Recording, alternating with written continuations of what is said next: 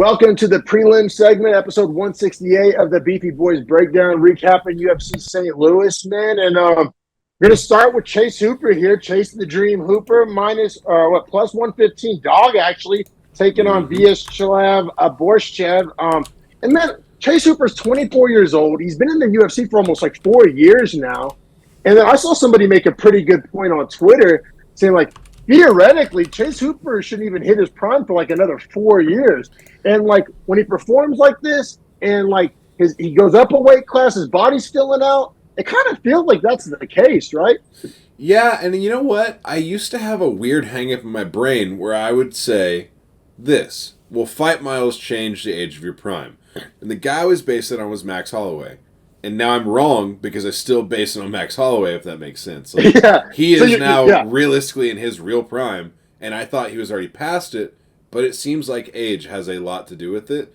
So yeah, I actually don't think Chase Hooper is in his prime, and I think he is probably still 3 or 4 years away from it.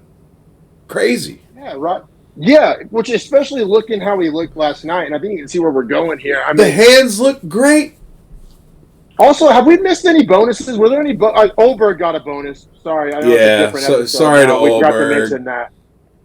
He got his shine. He got his shine. We said that the card needed it, and he deserved a top 10 matchup. So he got his shine. Yeah. So we missed that one, but yeah, man, Chase Hooper here. Does he get one? Does Chase Hooper get a bonus? Yeah. Well deserved, because I mean Vegas picked Borshchev. I picked Borshchev. Oh wait. He does not get a bonus. Diego Ferreira got the other bonus that we missed. So we missed for Yeah, I don't know, man. It's hard not to give Chase Hooper a bonus here, man, because he walks Borshchev as an underdog, right? Like, he was an underdog. I'm saying, as an underdog. Well, Diego Ferreira, biggest underdog on the card. I mean, por que no los dos? Dana shoveled an extra bag. This dude looked great. I mean, I was seeing Hamzat comparisons as far as like the stat sheet next to each other. It's real. Yeah, no, the side-by-side comparison stats were insane. And, Borshchev was favored. I picked Borshchev on verdict. You talked me out of betting him. Thank you to that. That's friends talk friends out of bad bets, right? So shout out to that. Not the only time you did that. You said as bad of a night as I had in the book, I would have had an even worse night if it wasn't for my good buddy Harrison here. So shout out to you. But yeah, I mean, we have like Mortal Kombat flawless victory here. I go 10-8 in round one, then we get the round two finish. Like, it doesn't get much better. I might have a hot take that round is closer to 10-7 than it is 10-9. Yeah, I think that's a very valid point. Because also, Chase Hooper with power. I saw another funny meme. And the mean elbow on the ground that opened up one of the biggest hematomas on a top of a head I've ever seen. Approaching on Joanna Whaley level. Like, I thought the fight was going to get stopped for the hematoma. Me too, and could have. I wouldn't have been mad. It was gnarly. It was so gnarly. I guess you could argue it's just superficial damage. We do have a questionable finish here, but I think you tweeted it. This fight was over. So take it how the fuck you want it. This shit was well done on a plate. It was over. Saying he didn't tap, like, okay, TKO it. Then it was like ref stoppage TKO. Yeah, like, sure. Call it what you want to call it. Call it what you want to call it. Like the ref was tired of seeing him not defend himself. And I want to say it was either Senko or Cruz. Was Cruz on the mic? Who was it? It was Senko, Bisping, and Fitzgerald. It had to be Senko. No, was it Dean Thomas? I forget who the fuck it was. But somebody was saying, like, it's not in the rule book that you have to tap multiple times. Usually we see the tap, but that's not an actual rule. That was Senko.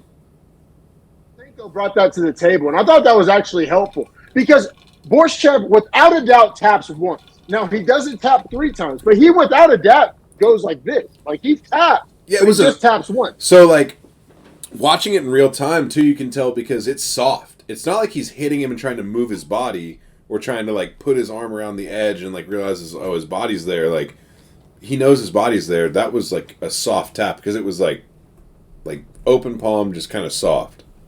I'll go as far as to say it was a slap. Like kind of a... It definitely was not a push. It wasn't... it wasn't like this. It was like this. And back. Yeah. Yeah, and then off. Yes. Yeah, I think that's what makes it a tap. I thought the whole narrative was kind of... I didn't like that narrative because, like I said, okay, cool. You want to call that, say that's not a tap? Give my man Chase Hooper a knockout then. Because, I mean, either way, it was a finish, right? Like the fight was done. Call it a ref stoppage if you want to. I mean, Chase Hooper had 2 locked-in sub attempts. He was 1 of 1 of takedowns. He had 6 minutes of control time in an A knockdown on the feet in the first round. in an 8 minute fight. He had a knockdown, and he outstruck his opponent 129-2. I think it's okay to say he won the fight. Yeah, and Borshev wasn't like having moments or like there was like 3 different viral memes from this one fight. The Chase Hooper had him the standing reverse crucifix at one point, and Yeah. I think it was like a meme just going around saying "Come on, dog" or some shit like that. Like, it wasn't even like a complex meme. It was just like so like. And then there was a different meme. Mac Malley put out the still shot of like literally Chase Hooper was just like slamming him on his head basically. He's like, if a grown man ever has me like this, just fucking put a bullet in me or something like that.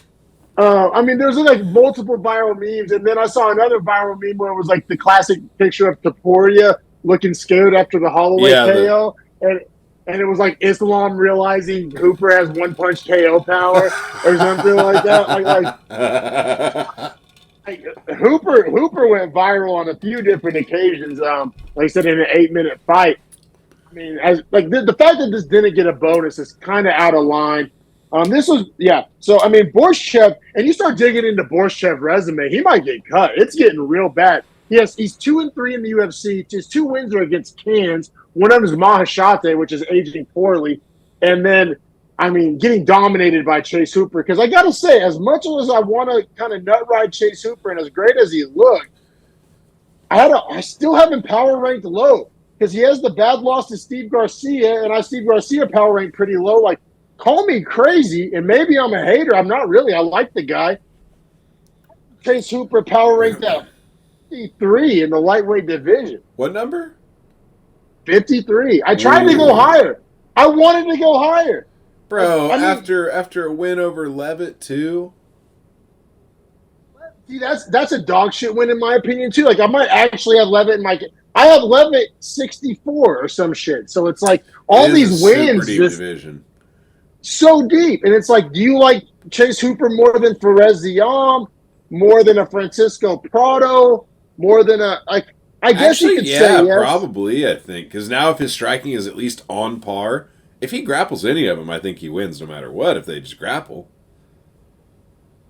Yeah, it is that middle chunk of lightweight's hard to power rank, bro. Like Trey Ogden, snoozy as fuck, but gets wins. But see, I think Good. Trey Ogden struggles with a guy like Hooper. Like I think the slower you fight, the better it is for Hooper. Yeah, I might need to do a deep dive here. Yeah, because I have Taladze up there because of the high winds, but he's super inactive, and I don't know. It's tough. Yeah, it's hard to have Jamin Malarkey ranked above Chase Hooper. What about like an Elvis Brenner? That's a really fun fight. Yeah, I need to. For example, and we'll get to Rebowicz, but actually, I think that fight's up next. And I have Rebowicz at 41, and I don't think I can jump Hooper over Rebowicz. No, and I wouldn't. Let's go ahead and keep it pushing to this next one.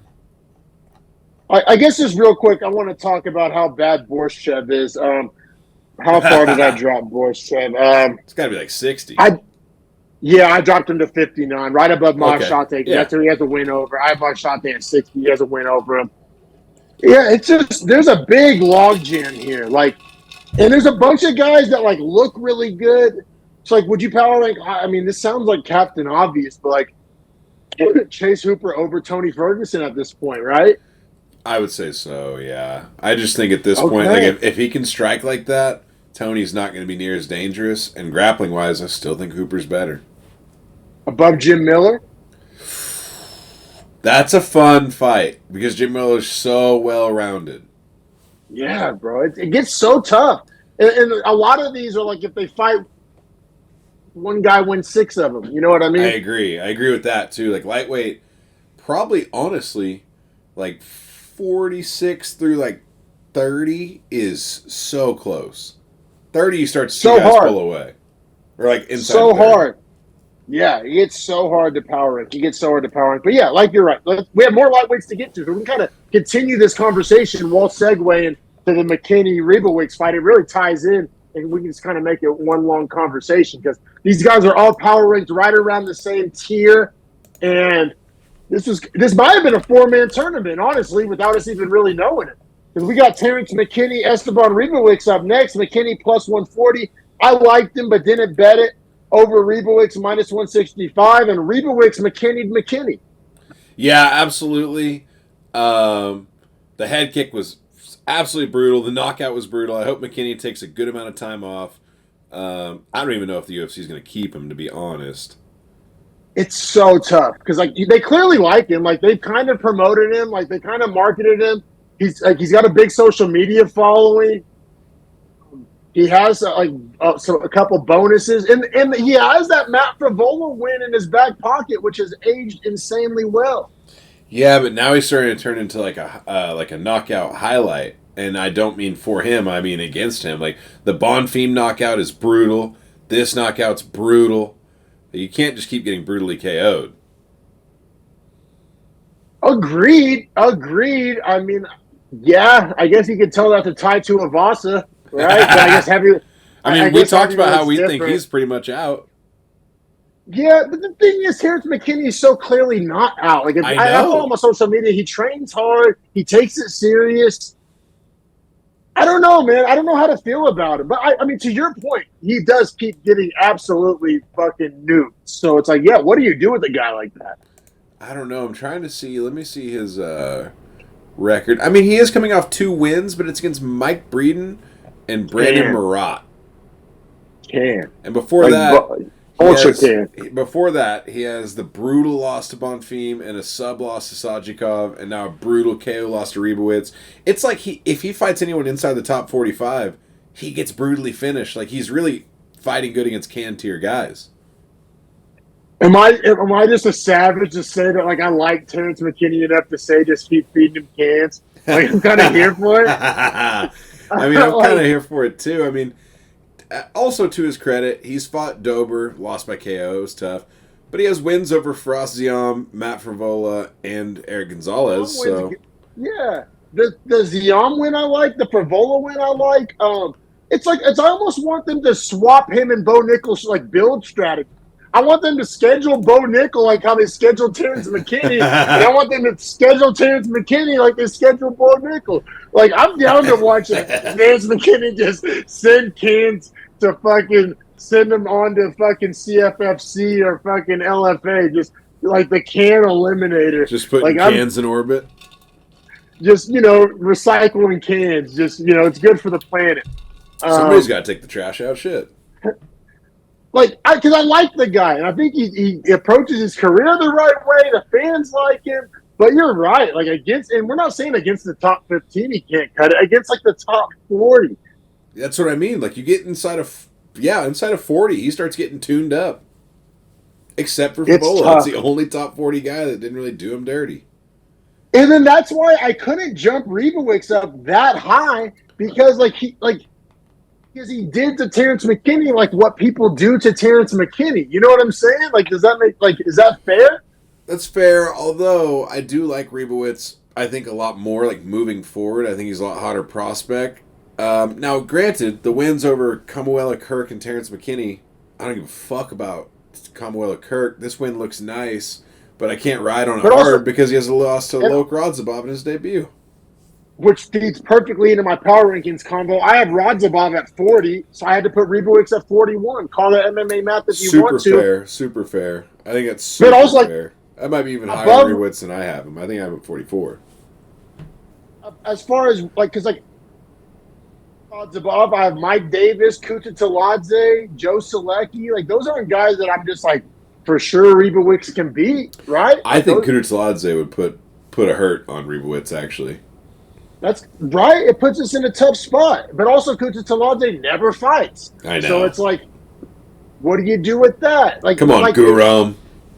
That's what I'm saying. Like, this is one long conversation here, like kind of segment, if you will, about just like this middle of lightweight, this log jam. And what do you do with it? Riebowicz and Hooper makes a lot of sense. And McKinney-Borshchev isn't a terrible fight either.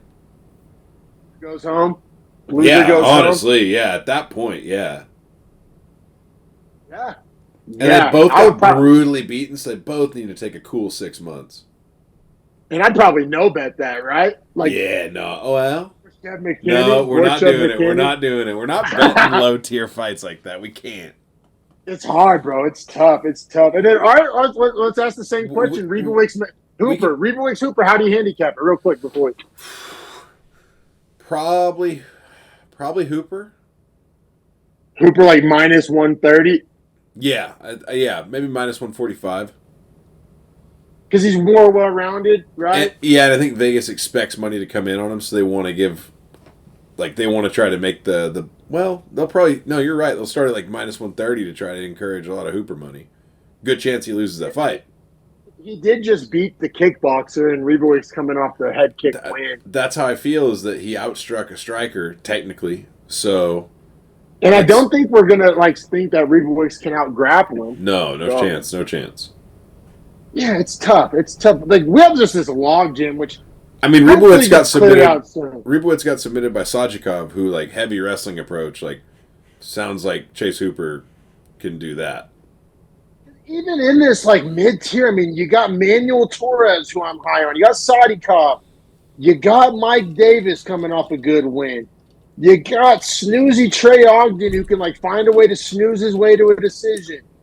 You got the Francisco Prados of the world, who might suck and might not suck. He's 21 years old, just like we were talking about Chase Hooper. You got Perez Zion, very technical, but goes to a lot of decisions. You got Charlie Campbell coming up. You got Joaquim Silva, who's, not bad, but also not good. You got Michael Johnson hanging around. And then I think after Michael Johnson is where you start getting into the bad fighters of the Borshchevs, the Machates, the Christos Yagos, the Jordan Levitt. So I think Michael Johnson is the cutoff. But Michael Johnson, I had that 58. So you're talking about you have 58 lightweights who on any given night can beat each other, basically. At least 28, you know what I'm saying? Because I think 58 through 30 fights pretty even. Right? How do you even navigate that? We may have to no bet mid-tier lightweights for a couple weeks. Let that sort itself out a little bit. Yeah, I'm okay with that. Make a note of that. Just you know what I'm saying? Mid-tier lightweights. Mid-tier lightweights are out for now. That being said, let's keep it pushing. Our only win of the night, basically my only win. You got another win. But our only win of the night. We were on top at the Ricci by decision. I gotta say, this was a sweat. How I said the Rambeski loss wasn't a sweat because it was never going to happen. This was a sweat because we go to decision, we get a split decision. Could have gone either way. Super glad it rolled our way. The gambling gods gave us this one. Absolutely, they did. They gifted us this one. This one was such a close fight, man. Such a close fight. I'd go round by round. Yeah, definitely round by round. I do have it for Ricci when it's all said and done. But yeah, I mean, she's number 11, minus 140. I thought Tisha Pennington would show at plus 120 a lot more ring rust, a lot lower pace to open the fight. Oh my God. She looked really good. And a lot worse takedown defense. I just thought time away from the gym, she'd be rusty on that stuff. And man, Ricci had to do everything she could to win this fight. I have her losing the first round 10-9 for sure. Yeah, I don't even have the word close. It's actually the easiest round to score was Pennington in one. Pennington's activity in one was crazy. I gotta say, when I saw Pennington with a six-pack after having a child, I was like, fuck. And also, though, you get out of the USADA pool for a little bit whenever you're pregnant. 4 years. She was out 4 years. That's out of the USADA pool, it sounds like. Yeah, I don't know. But, I mean, how many women have we ever seen with a six-pack after a pregnancy? That's insane. But that did make me kind of, not as nervous about the ring rust, or more nervous, should I say. Bro, how unfortunate is it that, she's the wife in the relationship, and she's definitely, the more aggressive, more fun-to-watch fighter. Yeah, but also Pennington's the breadwinner. She's the champ. So, what can you say? She's bringing home the bacon. Shout out to all the husbands out there on Mother's Day. Yeah, shout out Raquel Pennington. But I mean, round two, this whole fight comes down to two. I think 1 to Pennington, 3 to Ricci, It all comes down to how you see round two, in my opinion. I don't know. Is that how the judges saw it? Let's see what the split round was. I agree, two was insanely close. I have that word for word in my notes. Insanely close second round. That is the split on the fight. Everyone agrees 1 and 3, 1 to Pennington, 3 to Ricci. So obviously, two judges go 2 to Ricci, one judge goes 2 to Pennington. Fair. I think fair. Fair, and also like it really is a philosophical debate, which I saw happening on Twitter. Is like, so round two, how it played out. Ricci attempted takedowns the whole round, got no takedowns. Also, Pennington got zero offense off.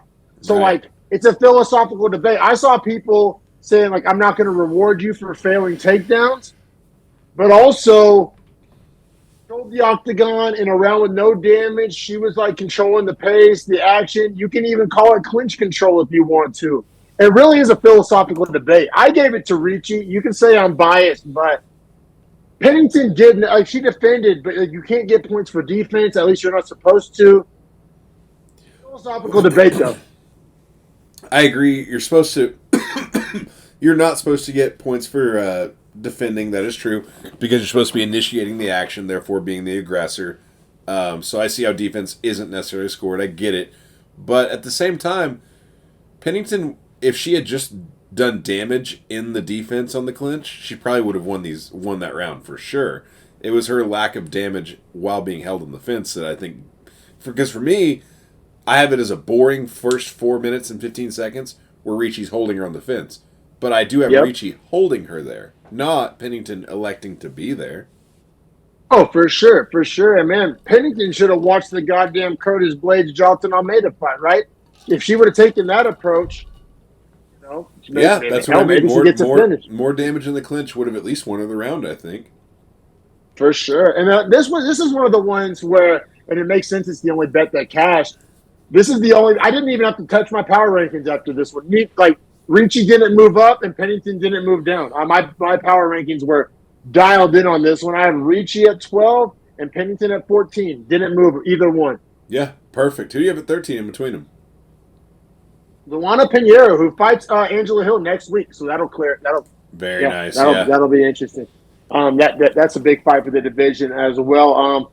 But man, well, let's keep it pushing here on these prelims. Keep it chugging along. We'll get to Up the next, fight of the night here. Yeah, well deserved fight of the night. This was a war. I mean, this was a low level war, but it was a war. Like like level 4 skills, level 10 heart and balls. Bro, I thought the interview after the fight was the most telling thing, but let's get into the scoring and the round by round, because you do have maybe a controversial scorecard here we got to get into. I'm shocked we didn't have a split. The fact that no judge gave this fight to Billy Goff is honestly a shame. It was kind of the start of the bad judging. It was kind of foreshadowing to the Sean Woodson fight. To be fair, he won. I'm not, if this was a split decision, I'm kind of cool with it. I'm not really bitching, not dying on any hills. The fact that this was unanimous, I have a problem with. I agree, because he won the control battle 4 minutes and 6 seconds to none, and then he also won the significant strike battle. You got me there? All right, I just got back. Did you hear what I said about how the fact that this was unanimous? If this was split, I wouldn't be dying on a hill. Yeah, I agree with you, because Billy Goff wins the strike count by 20. He gets 4 minutes and 6 seconds of control time to 0, and he gets one takedown to none. So I think, as far as numbers go, they're actually in Billy Goff's favor. It was just damage on his face. And also, this is the kind of fight. So this fight was a brawl, right? So I think in a not very technical fight, it's okay to kind of score it like a casual. This is a fight where if you show this fight to 10 guys who aren't MMA fans, there's drunk guys at a bar, they love it. Who won? A, yeah, you're right. A, they love it. But B, I think they score it to Goff. Like I said, this was a brawl. So I almost feel like you have to score a brawl like a brawl. I don't feel like you can score a brawl the same way you score like a Adesanya fight. I don't know. This was a brawl. This was a backyard brawl. I think you got to score it like a backyard brawl. Goff was moving forward. Goff was being the bigger dog. He was eating the shots better.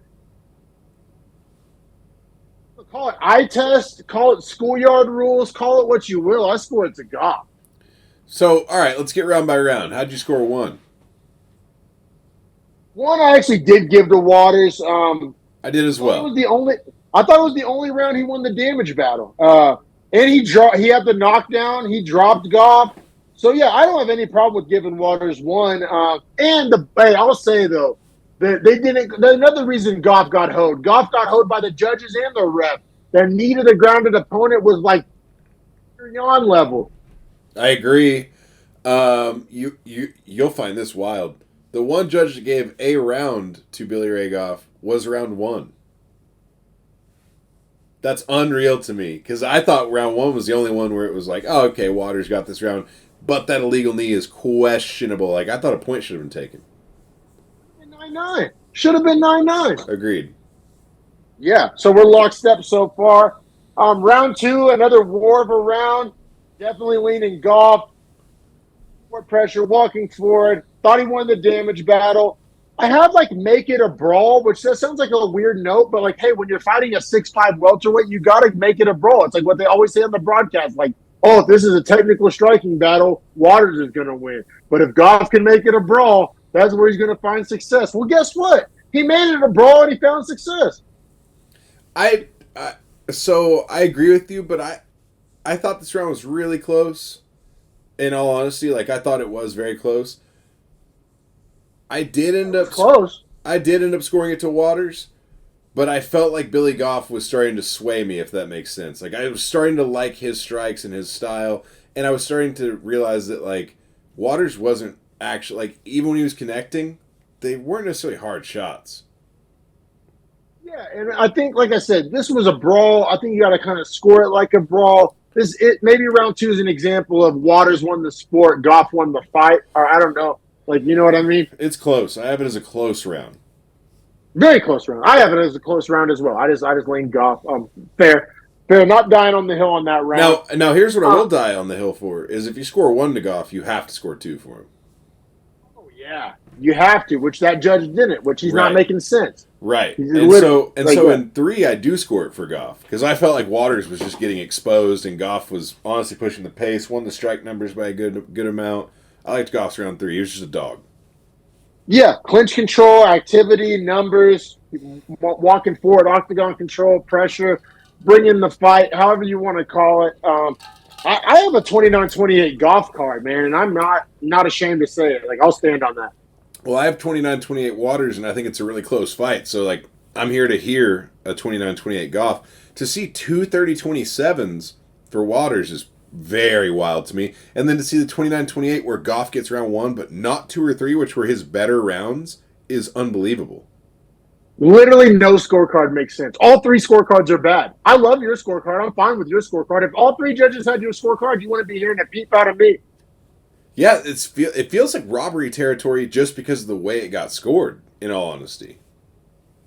And Twitter would probably disagree. I think this was a worse robbery than the Woodson fight. Agreed. Fully agree with that. Twitter disagrees, and fuck them, because they're wrong for not being more on this fight as Billy Goff potentially having won the fight. Now, he does get the extra 50 grand, which at this point in his career I'm sure is super helpful. So shout out to him for that. Yeah, and as far as power rankings go, I can't move either of these guys that high. I have them right by each other. I have Waters 54, Goff 53. I mean, they both have potential. They both have a potential, but they also both didn't like answer like for sure that they're. One of these guys for sure proved that they don't suck. Like Goff's striking defense is awful. I question the dog in Waters. I see a lot of like Jalen Turner and Waters, both in the size, but also like because at one point Waters was like turning his back, like he was like low-key thinking about quitting. Well, bro, and, like to be fair, the thing I was alluding to in the start of this breakdown of this fight, the post-fight interview was super telling. Whenever Bisping was like, he just kept coming at you, like it was crazy. It was like a dog off a leash type shit, and he was like, "Do you expect that?" And he was like, "Honestly, no." Like, shout out to him, man. Like, he was like, "That shit was like a fight for my life. Like, that was crazy." And like you could tell he was just like shell shocked by how crazy Billy Goff was for just going for him no matter what. I think Billy Goff is like a slightly more refined Trevor Peak. Like heart and balls need a wheelbarrow, but like the striking defense, dog shit. He has better striking offense than Peak, but similar holes in the game, right? Yeah, funny enough, like in our breakdown of this in the betting show, which check it out if you just want to see us eat a wagon full of shit. I know people love seeing that. We actually talked about how this matchup was like going to be tough for Goff, but the one thing he had going for him was he was a tough son of a bitch. And in all actuality, that was almost the thing that won him the fight. Like that was the X factor. That's crazy. The size of fucking Billy Goff's nuts. Yeah, no, for sure. And like I said, Waters, like I'm not out on him, but I'm just definitely not in on him either. It's like a wait and see for me. Yeah, I mean, I guess we can keep it pushing off that one, man. Up next, we got a pick that actually makes us look good for once on this goddamn card. But you know, we had a 3-star lock of the week as an underdog, and you know the way this card was going, you wouldn't think that would have hit, but it didn't, man. We got Charles Johnson. He finished at plus 105. We got him at plus 122. Got our bets in pretty early in the week, thankfully. Jake Hadley minus 125. I mean, I thought rounds 1 and 3 were super, super close. So as a Johnson bettor, I was pretty sweaty on this one. Did not feel confident. Super sweaty on this. And listen, I think rounds 1 and 3 were basically coin flips. So I end up with a weird scorecard here that, I mean, feel free to disagree with it. I'm not really willing to die on a hill, but I thought rounds 1 and 3 were basically coin flips, man. You got a 30-27 Johnson? I do, but like not a bullish one, and like because like round 1, and call this caveman math if you want. Round 1 to me, Jake Hadley won the first half of the round.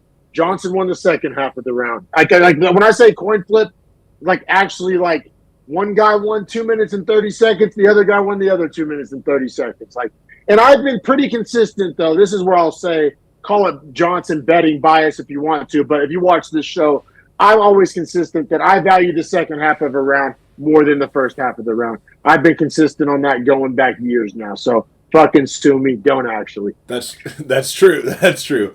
So so the reason I have a lean to Hadley is because I felt like he won more like 2 minutes 45 seconds or 2 minutes 50 seconds. I mean, I know it's splitting hairs, but it's just enough where I have like a lean to Hadley in that round. I'm definitely on an island here. I know very few people gave Johnson 1. But I think if you're saying round 1's a coin flip and my coin landed on Johnson, like I said, I know I bet Johnson, so it's easy to dismiss it.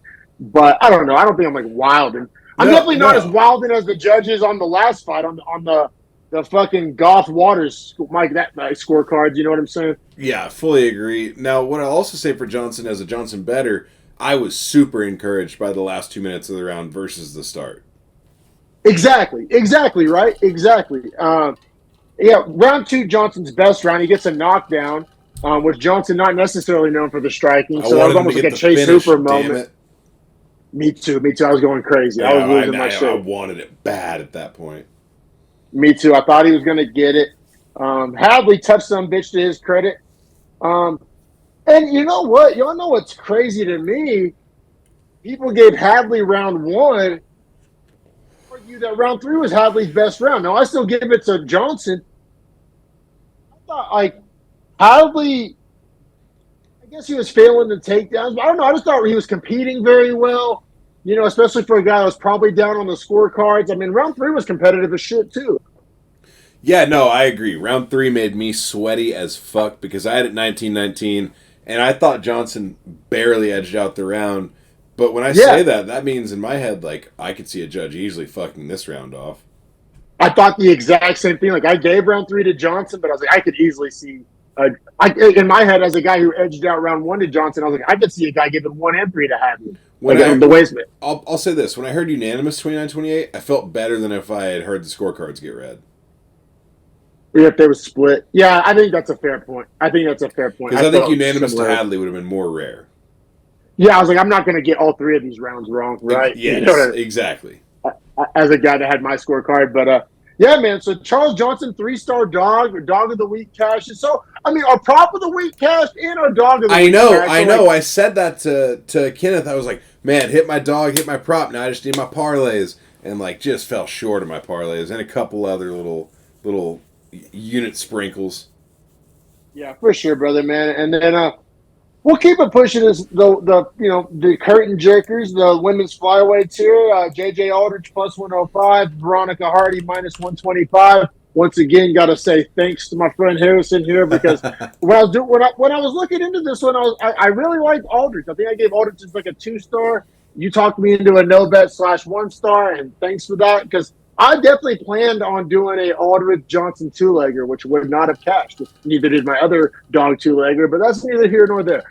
Um, you talked me out of this one because I was going into our betting episode. I was pretty sure I was going to do an Aldrich Johnson 2-legger, and you talked me out of it. So, yeah, man. I mean, going into this one, Aldrich known for snoozy style, not known to be a world beater, but like I thought had better quality wins and better quality experience than Hardy. Like Hardy's best win was Polyana Viana.